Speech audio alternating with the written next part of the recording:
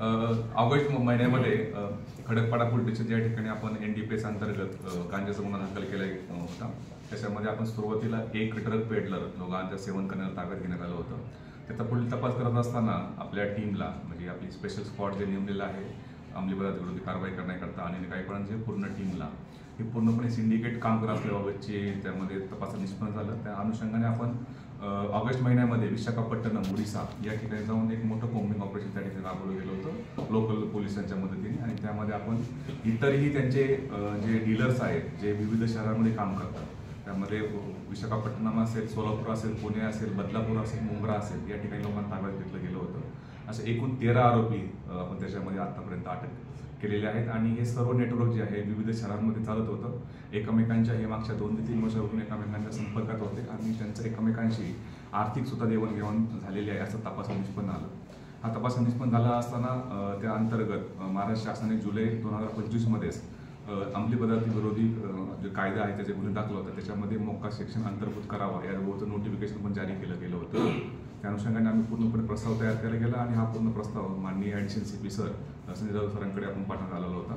आणि त्या याच्यामधून जे परवानगी मिळाल्यानंतर आता आपण ह्या जो गुन्हा दाखल केलेला आहे खडकपाडा पोलीस स्टेशनला त्याच्यामध्ये MCOC त्यामध्ये अप्लाय केलेला आहे। आणि आपल्याकडे ही ठाणे आयुक्तालयामध्ये पहिल्याच अशी केस झालेली आहे की त्यामध्ये आपण अंमली पदार्थ नार्कोटिक्सच्या गुन्ह्यामध्ये मोक्का अंतर्गत कारवाई केलेली आहे। त्याच्यामध्ये आता आपण 13 लोकांना अटक केलेली आहे।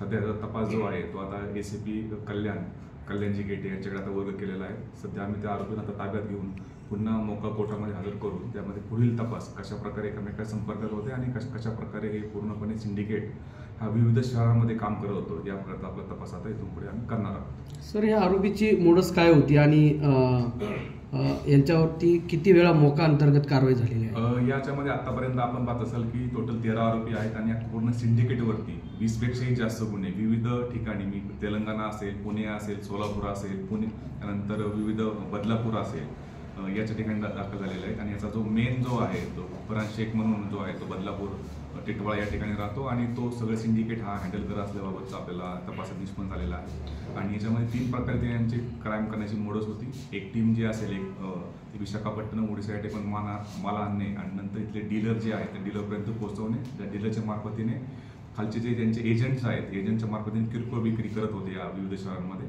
अशा प्रकारचे आपल्या तपासात निष्पन्न झालेला आहे। आणि हा फरहान शेख जो आहे त्याच्यावरती आता यापूर्वी सुद्धा 6 गुन्हे त्याच्यावरती दाखल आहेत। इतरही जे आरोपी आहेत त्याच्यावरती तेलंगणा, पुणे असेल, बदलापूर असेल विविध ठिकाणी इव्हन यातले आरोपी जे आहेत ते नार्कोटिक क्राईम ब्युरो यांच्यासुद्धा याच्यामध्ये निष्पन्न झालेले होते। म्हणजे अशा प्रकारचे टोटल आपण जी गँग निष्पन्न केलेली आहे त्याच्यामध्ये 20 पेक्षाही जास्त गुन्हे विविध प्रकारचे तर NDPS पण आणि इतरही गुन्हे त्यामध्ये दाखल होते। त्यातला एक आरोपी जो आहे तो पुण्यातला आहे, तो पुण्यातली एका मर्डरच्या गुन्ह्यामध्ये सुद्धा मोक्काच्या अंतर्गत तो जेलमध्ये होता आणि त्यानंतर जेलमधून सुटल्यानंतर त्यांनी हा व्यवसाय सुरू केल्याचे आतापर्यंत तपासात निष्पन्न झालेला आहे। यांच्याकडून काय काय हस्तगत करण्यात आलेलं आहे आतापर्यंत? या जे आपण विशाखापट्टणम आणि पूर्ण आपल्या कल्याण आणि बदलापूरमध्ये जे काही आपण कोम्बिंग ऑपरेशन आणि जे अर्ज ताब्यात घेण्यात आले होते त्याच्यामध्ये आपण त्याच्याकडून 100 किलो पेक्षा 115 किलो गांजा त्यामध्ये जप्त केला होता। त्यामध्ये मोटरसायकल्स असतील, कार्स असतील, ज्या कारचा उपयोग ते माल ने-आण करत होते त्यांना सुद्धा आपण जप्त केलं होतं। त्याचप्रमाणे आपण त्यांच्याकडून एक पिस्टल आणि विथ राऊंड्स सुद्धा त्या जप्त केले गेले होते। आणि त्या सगळ्यात महत्त्वाचं म्हणजे जंगलांमध्ये ज्यावेळेस ते विशाखापट्टणम या ठिकाणी जे गांजा आणण्याकरता जात होते त्याकरता एकमेकांना संपर्क आणण्याकरता ते वॉकी टॉकी सुद्धा वापर करत होते। अशा प्रकारचे एकदम हाय प्रोफाईल आणि वेगळ्या प्रकारे ह्या संपर्कात राहून ते वॉकी टॉकी सुद्धा ते एकमेकांना संपर्क आणण्याकरता यूज करत होते। हे सर्व मुद्देमाल आपण यापूर्वी जप्त केलेला आहे।